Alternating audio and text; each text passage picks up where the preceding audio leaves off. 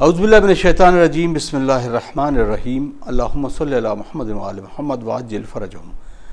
मुअज़्ज़िज़ नाज़रीन, सलामुन अलैकुम व रहमतुल्लाहि व बरकातुहू। आप देख रहे हैं आपका पसंदीदा प्रोग्राम अहकाम इस्लामी और हम लखनऊ स्टूडियो से आपका खैर मक़दम करते हैं। हमारे साथ मौजूद हैं हुज्जतुल इस्लाम वल मुस्लिमीन अली जनाब मौलाना मुस्तफ़ा अली ख़ान अदीबुल साहब क़िबला। क़ब्ल इसके कि हम इस प्रोग्राम का आगाज़ करें, आपसे एक गुजारिश कि जैसा कि आपके इल्म में है कि हम बार बार आपसे कहते हैं कि आप हमारे यूट्यूब सेगमेंट में जाकर हमारे चैनल को सब्सक्राइब करें और हमारे वीडियोस को ज़्यादा से ज़्यादा शेयर करें। न सिर्फ इसलिए कि वीडियो शेयर करने का मकसद ये है कि तालीमात मासूमीन की तरवीज हो और लोगों तक ज़्यादा से ज़्यादा इस मवाद को पहुँचाया जा सके। आइए नाज़रीन, एक खूबसूरत सी हदीस आप तमाम नाज़रीन की खिदमत में पेश करने की सादत हासिल करते हैं। हज़रत इमाम जाफ़र सादिक़ अलैहिस्सलातु वस्सलाम ने इरशाद फरमाया कि अल्लाह के दीन, आईन और हुदूद को बग़ैर इमाम असर अजल्लल्लाहु ताला फ़रजो शरीफ के नहीं पहचाना जा सकता है। और हकीकत भी यही है कि बग़ैर इमाम की मार्फत से ना हम दीन को पहचान सकते हैं। आप दुनिया में देखें कि मुसलमान इस वक्त किस तरीक़े से किस मुश्किल में दो चार है। इसकी सबसे बड़ी वजह है क्योंकि उन्होंने उस दर को छोड़ दिया जो हकीकी तौर पर इस्लाम के आइन को फॉलो करते हुए यानी आइम्मा मासूमीन को नहीं पहचाना। तो हम दुआ भी करते हैं कि परवरदिगारा हम सब को मोमिनीन को आइम्मा मासूमीन के बताए हुए रास्ते पर इसी तरह से कायम रखे। मौलाना साहब अस्सलाम वालेकुम। वालेकुम अस्सलाम व रहमतुल्लाह। बहुत खूबसूरत गुफ्तगू चल रही है अल्हम्दुलिल्लाह। सवालों का सिलसिला भी है। पहला सवाल ये है कि इनका सवाल एक साहब ने किया, अस्सलाम वालेकुम, क्या दुआए कुनूत में बहुत तफसील से जो दुआएं की जाती हैं उसमें एक के बाद एक की जा सकती हैं और कौन कौन सी ख़ास दुआएं जिसको करना चाहिए? औज़ु बिल्लाहि मिनश शैतानिर रजीम, बिस्मिल्लाहिर रहमानिर रहीम, अल्हम्दुलिल्लाहि रब्बिल आलमीन व सल्लल्लाहु अला सय्यदिना मुहम्मद व आलिहि तय्यबीन अत्ताहिरीन। हाँ, दुआ कुनूत चूँकि मुस्तहब अमल है, मुस्तहब नमाज का मुस्तहब मुअक्कद हिस्सा है, कोई भी दुआ उसमें पढ़ी जा सकती है जो खुदावंद आलम से खिताब की है, क्योंकि दुआ ज़ाहिर से खुदा से खिताब की जाती है, लिहाजा कोई भी दुआ पढ़ी जा सकती है, तुलानी दुआ भी पढ़ी जा सकती है। इतनी बस रहे कि इंसान हालत नमाज से बाहर ना आए, यानी कोई ये ना कहे कि नमाज नहीं पढ़ रहा है। लिहाजा दुआ तुलानी होना या दुआ का छोटे होने में कोई हर्ज नहीं है। और बेहतर ये कि इंसान अपने खैर दुनिया और खैर आखिरत के लिए दुआ करे, मोमिनीन के लिए दुआ करे और ख़ुसूसन आले मोहम्मद और इमाम ज़मान अज्जलल्लाहु ताला फ़रजहु शरीफ के ज़हूर के लिए दुआ करे। ये सबसे अहम चीज़ें हैं। बाकी अगर कोई इंसान कोई और दुआ पढ़ना चाहे तो उसमें भी कोई हर्ज नहीं है। वो दुआएं जो दुआए कुनूत जो अक्सर मुख्तलिफ़ किताबों में आइम्मा अलैहिस्सलाम से हम तक पहुँची हैं, उनको पढ़ने की बरकत ये है कि वो जुमले आइम्मा अलैहिस्सलाम के हैं, लिहाजा ख़ुद उसको पढ़ने का सवाब अपनी जगह पर है। और चूँकि आइम्मा मारिफत के साथ दुआ करते हैं, लिहाजा उनकी जुमलों की जो सजावट होगी और जुमलों की जो तरतीब होगी वो सबसे आला तरीन होगी। लिहाजा हम कोशिश करते हैं कि उन्हीं दुआओं से पढ़ें जो आइम्मा से वारिद हुई हैं। लेकिन फिर भी अगर कोई इंसान अलग से कोई दुआ है, क्योंकि आमतौर से जो दुआएं हम पढ़ते हैं वो आइम्मा से ही वारिद हुई दुआएं हैं, तो कोई भी दुआ वो पढ़ सकता है, कोई हर्ज नहीं है। बहुत बहुत शुक्रिया। अस्सलामु अलैकुम वरहमतुल्लाहि वबरकातुहू। वालेकुम अस्सलाम वरहमतुल्लाह। मुझे मालूम करना था कि नमाज जाफ़र तैयार किसी भी वक्त पढ़ सकते हैं या इसके लिए ख़ास वक्त भी है और ख़ास दिन भी है? नमाज जाफ़र तैयार भी मुस्तहब नमाज है, मुअक्कद नमाज है, यानी इसकी ताकीद हुई है कि इसको ज़रूर पढ़ना चाहिए और इसके लिए कोई वक्त नहीं है, यानी कभी भी पढ़ी जा सकती है। अलबत्ता कुछ जगहों पर ताकीद हुई है कि ज़रूर पढ़ें। इसका ये मतलब नहीं कि बाकी मकाम पर नहीं पढ़ सकते, यानी जब भी आपका दिल चाहे आप ये 4 रकत नमाज 2-2 रकत करके जो ख़ास तरीक़ा है पढ़ने का पढ़ सकते हैं, कोई हर्ज नहीं है। लेकिन ताकीद मसलन जुमे के दिन बहुत ज़्यादा ताकीद हुई है, ईद के दिन ताकीद हुई है, और इसी तरह इंसान अगर मिसाल के तौर पर मशहद मुक़द्दस या आइम्मा अलैहिस्सलाम की ज़ियारत के लिए उनके हरम गया है तो उनके हरम में यानी किसी इमाम मासूम के हरम में इस नमाज को पढ़ने की बहुत ताकीद हुई है। लेकिन इसके अलावा भी जब चाहे वो इस नमाज को पढ़ सकता है, कोई हर्ज नहीं है। बहुत बहुत शुक्रिया। अगर लेकिन कभी कभी कुछ जहाँ गुफ्तगू में ही सवालात आते हैं कि जैसे अगयार या दूसरों हम पर उंगली उठाने वाले लोग ये कहते हैं कि नमाज़ों का नाम किस पर है, जबकि नमाज तो सिर्फ खुदा के लिए है। मसलन नमाज जाफ़र तैयार है, नमाज ज़ियारत इमाम हुसैन है। इस तरह की नमाज़ों की जो टाइटल दिए, इसका मकसद और हदफ क्या है? मकसद इसका यह है कि उनसे मंसूब होने का मतलब या तो उनसे रवायत हुई है, यानी रसूल अकरम ने उनके यानी उन्होंने बताया कि रसूल अकरम ने बताया कि इस तरह से नमाज पढ़ी इसलिए उनसे मंसूब है, या वो इस तरह से नमाज पढ़ते थे और उनसे मंसूब हो गई कि ये नमाज उनके नाम से, जैसे मुख्तलिफ नमाज़ें, नमाज अमीरुल मोमिनीन अलैहिस्सलाम है, नमाज जनाब ज़हरा सलामुल्लाह अलैहा और आइम्मा अलैहिस्सलाम की मुसलसल नमाजें हैं। नमाज बेशक खुदा के लिए, अब जब नियत करेंगे कुर्बतन अल्लाह ही की नियत करेंगे, उस इमाम की कुर्बत की नियत नहीं है, हालांकि उस इमाम की नियत की कुर्बत भी अल्लाह की कुर्बत है, लेकिन नमाज जब हम पढ़ेंगे तो कुर्बतन अल्लाह की नियत से ही पढ़ेंगे। तो नमाज का नाम इसलिए कि इंसान को पता रहे कि कौन से तरीके की नमाज पढ़ रहा है और किसने तालीम की है। जैसे हम तस्बीह जनाब ज़हरा सलामुल्लाह अलैहा की बात करते हैं, बरादरान अहले सुन्नत क्या कि भी तस्बीह जनाब ज़हरा का नाम आता है, वो जानते हैं, उनकी किताबों में है कि तस्बीह जनाब ज़हरा की नहीं, तस्बीह तो अल्लाह की है। सारी जितने तस्बीह उसमें पढ़ी जा रही है वो भी अल्लाह की, हम अल्लाहु अकबर कह रहे हैं, या हम अल्हम्दुलिल्लाह कह रहे हैं, या हम सुबहान अल्लाह कह रहे हैं, या आखिर में एक बार ला इलाहा इल्लल्लाह कह रहे हैं। ये तस्बीह जनाब ज़हरा इसलिए कि रसूल अकरम ने जनाब ज़हरा को तालीम की और उनके सदक़े में आज तमाम उम्मत मुस्लिमा के पास ये तोहफ़ा मौजूद है। अब इसी तरह जैसे नमाज जाफ़र तैयार, ये रसूल अकरम सल्लल्लाहु अलैहि वसल्लम ने जनाब जाफ़र अल-मारूफ़ बजाफ़र तैयार, जो जनाब अबू तालिब के बेटे और अमीरुल मोमिनीन के सगे भाई थे, जब वो लौटे हबशा से, क्योंकि पहली हिजरत आपने की है और सबसे पहले मुहाजिर आप हैं जिन्होंने इस्लाम के लिए हिजरत की और इथोपिया चले गए थे, आप हबशा चले गए थे, और वहाँ से जब आप लौटे हिजरत से मदीने, तो आप उस दिन लौटे जिस दिन फ़तह मक्का, जिस दिन फ़तह खैबर हुई, यानी 24 रजब को।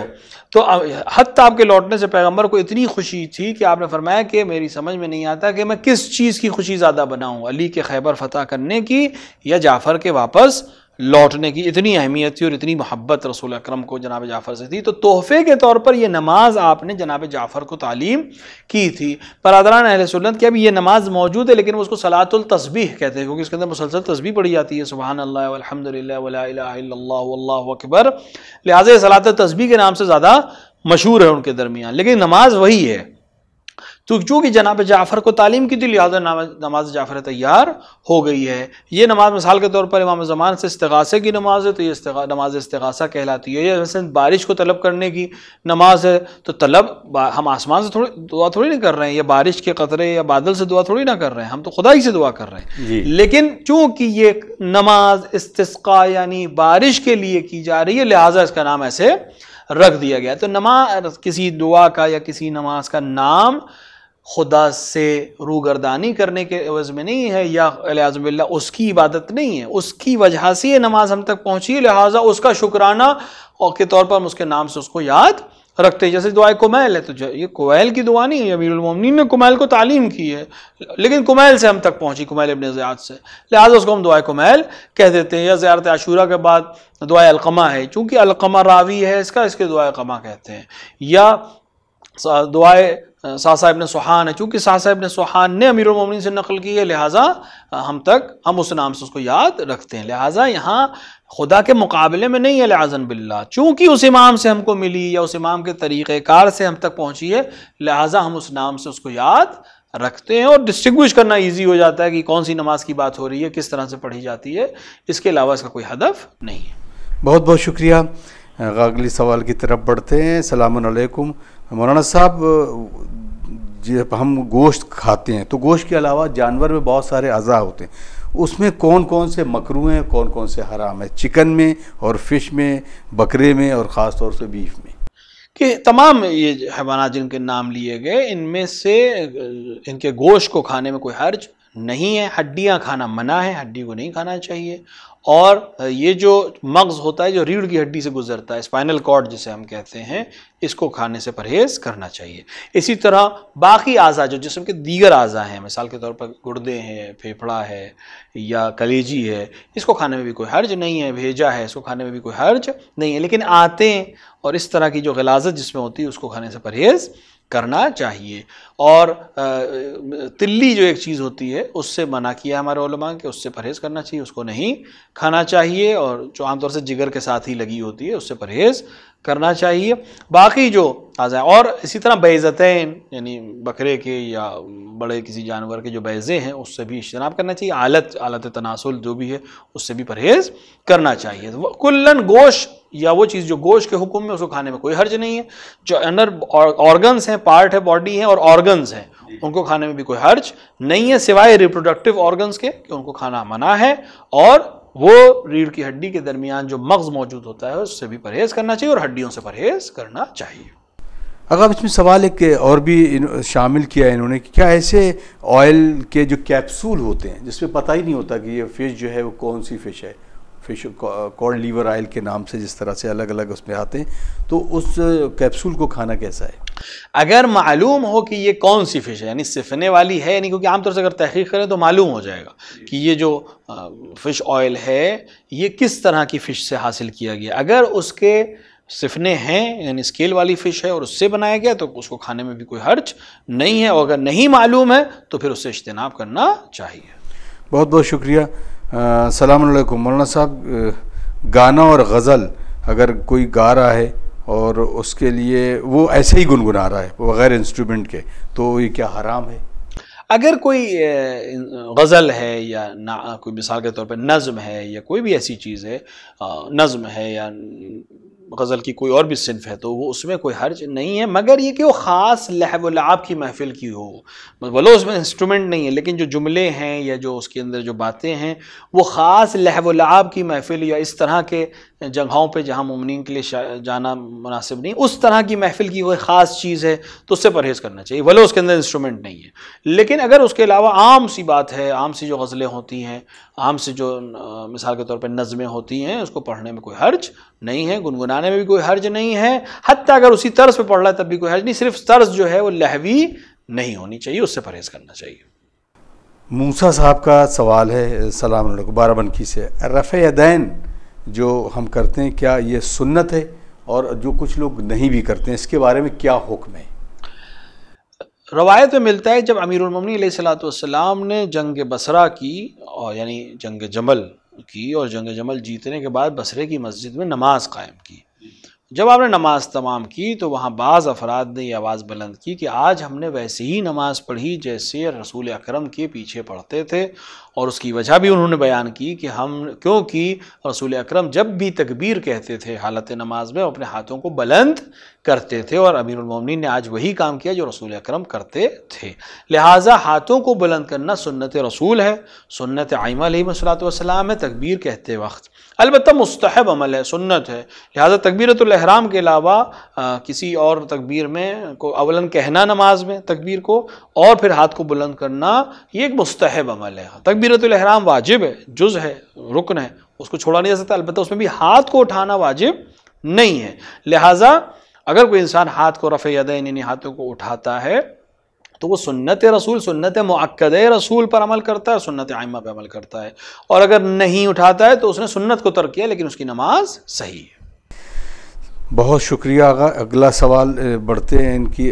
सलाम अलैकुम मौलाना साहब, ये बताइए कि कोई शख्स नमाज की हालत में हो और वो भूल जाए कि वो कौन सी सूरा पढ़ रहा है, मसलन पहली दूसरी रकत में हो, और उसके बाद नमाज जब तमाम कर ले तब उसे ख्याल आए कि उसने सूरह अल-हम्द नहीं पढ़ा है, तो क्या हुक्म है? वैसे आमतौर से ये बहुत मुश्किल है कि इंसान सूरह हम्द को भूल जाए नमाज में। अलबत्ता अगर शक नमाज के बाद हो और कि उसने सूरह हम्द पढ़ा या नहीं पढ़ा है तो उस शक की इतना नहीं करनी चाहिए, उसकी नमाज सही है। अगर हालत नमाज में शक हो जाए रुकू में जाने तक कि उसने सूरह हम्द नहीं पढ़ी है तो उसके लिए ज़रूरी है कि सूरह हम्द पढ़े, फिर छोटा सूरा पढ़े, फिर रुकू में जाए। लेकिन अगर मकाम गुजर चुका है, सजदे में चला गया और उसको ख्याल आ रहा है कि मैंने सूरह हम्द पढ़ा है, शक के बुनियाद पर है, पढ़ा या नहीं पढ़ा, तो उसके ऊपर तवज्जो देने की ज़रूरत नहीं है। अगर सूरह हम्द के बाद कोई सूरा पढ़ रहा है और भूल जाए, जैसे कि शुरू में इन्होंने सवाल पूछा था कि हम उसको ये ज़हन में ना रहे कि मैं कौन सा सूरा पढ़ रहा था, सूरह हम्द तो पढ़ लिया, लेकिन सूरह हम्द के बाद जो छोटा सूरा पढ़ना है उसमें भूल जाए या आयत भूल जाए, तो उसको दोबारा शुरू कर सकता है उस सूरे को, या किसी दूसरे सूरे को पूरा पढ़ सकता है, कोई हर्ज नहीं है। बहुत बहुत शुक्रिया नाज़रीन, आप देख रहे हैं प्रोग्राम अहकाम इस्लामी और आपके सवालात हम तक पहुंच रहे हैं। उम्मीद करते हैं कि आप इस प्रोग्राम को पसंद भी करते हैं और दूसरे तक ज़रूर शेयर करते होंगे। बढ़ते हैं अगले सवाल की तरफ। सलाम अलैकुम, अगर नमाज मैयत में कितनी तकबीरें होती हैं, और अगर कोई शख्स आखिर में जो आखिर तकबीर में जो दुआ पढ़ी जाती है उसको याद न रख सकता हो, और क्योंकि उसको दोहराना भी ज़रूरी है, न रख सकता हो, तो फिर वो क्या करे? देखिए, नमाज मैयत जमात से नहीं होती है, वलो दिखती वो जमात की शक्ल है, लेकिन अगर आप खड़े हों और इमाम आगे खड़े होकर बाकी लोग पीछे खड़े होकर नमाज मैयत पढ़ लें, तब भी ज़रूरी है कि जितने लोग खड़े हैं वो खुद से नमाज मैयत को पढ़ेंगे। उसमें जमात से यानी सिर्फ इमाम के पढ़ देने से काफ़ी नहीं। अगर आप सवाब चाहते हैं नमाज मैयत पढ़ने का तो आपको भी सारे कलमात को दोहराना ज़रूरी है। अब अगर आपको सारे कलमात नहीं याद हो, ख़ुसूसन आखिरी तकबीर से पहले जो जुमले हैं वो नहीं याद है, तो आप उसका छोटा जुमला भी याद कर सकते हैं। अल्लाहुम्मा अग़फ़िर लिहाज़िहिल मैयत कह देना भी काफ़ी है, कोई हर्ज नहीं है, उतना ही कह देना काफ़ी है। और इमाम के कहे हुए के ऊपर दोहराना, अगर नहीं दोहरा पा रहे हैं तो इतना जुमला कहना कम से कम ज़रूरी है, वह इल्ला फिर नमाज सही नहीं होगी। नमाज आपको सवाब उस नमाज का पढ़ने का नहीं मिलेगा। अगर नमाज मैयत पूरी याद कर सकते हैं सबसे अच्छा है, नहीं याद कर सकते खुसूसन आखिरी, तो जो छोटी नमाज मैयत है जो इक्तिफ़ा करती है, यानी चौथी तकबीर के बाद अल्लाहुम्मा अग़फ़िर लिहाज़िहिल मैयत कह दे और तकबीर कह के नमाज उसकी सही है, उसकी नमाज जनाजा का सवाब उसको मिल जाएगा। नमाज मैयत में 5 तकबीरें हैं और हर तकबीर के बाद यानी पहली तकबीर कहेगा एक दुआ पढ़ेगा, फिर दूसरी तकबीर कहेगा एक दुआ पढ़ेगा, तीसरी तकबीर कहेगा एक दुआ पढ़ेगा, चौथी तकबीर कहेगा एक दुआ पढ़ेगा और 5वीं तकबीर कह के नमाज को तमाम कर देगा। ये तकबीरें कहना ज़रूरी है और हर तकबीर के बाद थोड़ी सी दुआ पढ़ना भी ज़रूरी है, सिवाय पहली तकबीर से शुरू करेगा और 5वीं तकबीर के बाद नमाज ख़त्म हो जाएगी। अगर लंबी दुआएं ना याद हो तो छोटी दुआएं भी रिसाले तौज़ील मसाइल में या किताबों में मिल जाएगी, उसको याद कर लेना और उसी को पढ़ देने में भी आपको नमाज मैयत पढ़ने का सवाब मिल जाएगा। बहुत बहुत शुक्रिया। अगर इनका भी सवाल इसी मैयत से रिलेटेड ही कहते हैं कि जब मैयत घर से निकलती है तो वहाँ पर 3 बार जो रोकी जाती है, इसका क्या मकसद क्या है और क्यों किया जाता है? क़याम देना जिसे मैयत को घर से निकलते हो तो रोकने का हमारे पास कोई दलील नहीं है। अगर किसी इलाके में होता है तो उस इलाके की सुन्नत है। असल जो हुक्म है वो ये कि जब मैयत को कब्र में दाखिल करने लगे तब उसको 3 जगह पर रोकना चाहिए, जिसको मंजिल देना कहते हैं।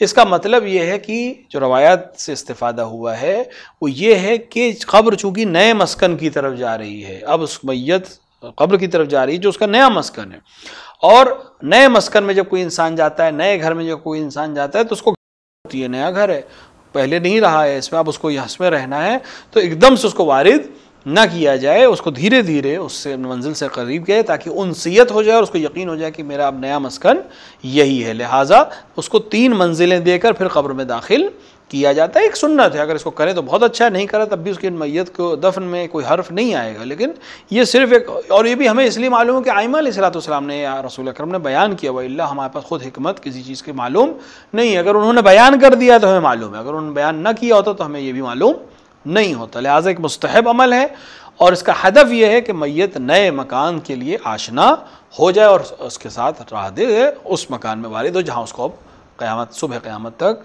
रहना है। सलाम अलैकुम। वालेकुम अस्सलाम। मौलाना साहब, ज़िब करने के क्या क़वानीन है, इसके बारे में तफसील से बता दीजिए। ज़िब्ह शरई के जो क़वानीन हैं उसके अंदर कुछ शर्तें, और इन शर्तों में से अगर कोई एक शर्त भी फौत हो जाए या साक़ित हो जाए तो ज़िब शरई नहीं होगा। पहली शर्त यह है कि जो ज़िब कर रहा हो इंसान वो मुसलमान हो और आक़िल और बालिग़ हो, यानी अगर मुसलमान नहीं है तो फिर उसका ज़िब शरई नहीं होगा, वलो ये कि बाकी शर्तें वो पूरी कर रहा हो। दूसरा शर्त यह है कि रूबे क़िबला ज़िब करे। तीसरी शर्त यह है कि इंसान किसी धारदार चीज़ से, यानी लोहा या इस तरह की किसी चीज़ से ज़िब करे। बाद से मराजे स्टील से भी ज़िब को जायज़ नहीं समझते, लेकिन मर्जा अली क़द्र की नज़र में कोई हर्ज नहीं है। लिहाजा धारदार चीज़ लोहे या धात से बनी हुई किसी धारदार चीज़ से ज़िब करे। गर्दन की रगों को इस तरह से करे कि ये चारों रगें जो इंसान जो गले से मग़ज़ तक पहुँचती हैं, इन चारों को एक बार में अलग कर दे। अलबत्ता कोशिश ये करे कि अलग सर को, जब तक बदन में से रूह बाकी हो, सही से जान ना निकल जाए, सर को अलग ना किया जाए। ये शर्तों के साथ अगर कोई इंसान ज़िब, और ज़िब करते वक्त अल्लाह का नाम लेना है। इन 4 शर्तों के साथ अगर कोई चीज़ जानवर ज़िब किया गया हलाल गोश्त तो फिर उसका ज़बिया सही है और उसको खाया जा सकता है। अगर इनमें से कोई एक शर्त भी फौत हो जाती है तो ज़िब्ह शरई अंजाम नहीं हुआ है और फिर उसको खाना जायज़ नहीं होगा। बहुत बहुत शुक्रिया। तो नाज़रीन, यकीनन बहुत सारे सवाल आपके भी ज़हनों में होंगे, तो आप नंबर पर ज़रूर भेज दीजिए। अगले सवाल की तरफ बढ़ते। सलाम अलैकुम। मौलाना साहब, ज़िब के बारे में तो आपने बताया, लेकिन कभी कभी ये सवाल जहन में मेरे भी एकदम से आ गया कि जो गोश्तफंद का जो ज़िबा करने के बाद गैर मुस्लिम लोग जो उसका गोश्त का कारोबार करते, क्या उनसे ये गोश्त लेना जायज़ है? अगर ज़िब किसी मुसलमान ने किया है और शराइत के साथ किया, यानी ज़बह करने वाला शख्स जिसने वो गर्दन के ऊपर छुरी चलाई है वो मुसलमान था, उसने अल्लाह का नाम लिया था, रूब क़िबला इस जानवर को ज़िब किया था और गर्दन की रगों को सही से काटा था, तो वलो अब बाद में इस गोश्त को कोई गैर मुसलमान बेच रहा है लेकिन आपको इल्म है कि इसको ज़िब मुसलमान ने किया, तो कोई हर्ज नहीं है, उनसे ख़रीद फ़रोख्त की जा सकती है। बहुत बहुत शुक्रिया। अस्सलाम वालेकुम। क्या गैर मुस्लिम के हाथ से धुला हुआ कपड़ा पहना जा सकता है, वो प्रेस करके, क्योंकि वो सूख जाता है और रुतूबत उसमें नहीं होती है, तो उसके लिए क्या हुक्म है? कपड़े पहनने में कोई हर्ज नहीं, कपड़ा पहन सकते हैं, लेकिन उस कपड़े में नमाज नहीं पढ़ी जा सकती क्योंकि वो कपड़ा नजिस है, क्योंकि सूख जाने से चीज़ पाक नहीं होती है। जब वो पानी से पाक कर दी जाए और फिर सूखे तब वो पाक होगी। किसी गैर मुस्लिम ने अगर उसके ऊपर रुतूबत के साथ हाथ लगाया या उसको धोया है, बकौल आपके धोया है उसने, तो जाहिर है कि उसको पूरी तरह से गीला हुआ है वो, अब उसकी नजासत उसके अंदर मौजूद है, अब वो सूख जाने से या प्रेस कर देने से नजासत ज़ायल नहीं होगी। हाँ, आप ये कर सकते हैं कि मिसाल के तौर पर गैर मुस्लिम से धुलवाने के बाद घर में एक बार उसको ताहिर कर लें, क्योंकि बहुत कपड़े गंदे हैं, आप खुद से नहीं धो सकते हैं या वो सफाई नहीं कर सकते हैं, तो आपने किसी गैर मुस्लिम से धुलवा लिया और बाद में एक बार अपने कपड़ों को गोता करके ताहिर कर लिया और फिर सुखा के पहन लिया, तो कोई हर्ज नहीं है। लेकिन अगर सारे काम ये गैर मुस्लिम ने किए हैं तो वो लिबास नजिस है, जैसे ही आपका बदन गीला होगा और उसकी रतूबत आपके बदन तक पहुंचेगी या उस तक पहुंचेगी, आपका बदन भी नजिस हो जाएगा। और इस नमाज में वलो सूखा हो, बदन भी सूखा हो, नमाज सही नहीं, क्योंकि अभी भी नजिस के हुक्म में है, लिहाजा इससे परहेज करना चाहिए। और अगर किसी मजबूरी में यह काम कराएं तो फिर इस लिबास में नमाज नहीं पढ़नी चाहिए। बहुत बहुत शुक्रिया। एक सवाल इनका भी है। अस्सलाम वालेकुम। मैं ऑफ़िस में रहता हूँ और मेरा ऑफ़िस में बहुत सारे गैर मुस्लिम रहते हैं, उनके साथ हाथ मिलाना और कभी कभी उनके साथ बैठना भी होता है, तो उनके पसीने, ये मेरे जहन में है कि उनका पसीना कभी कभी हमारे कपड़ों पे लग जाता है। ऐसी हालत में नमाज के लिए क्या हुक्म है?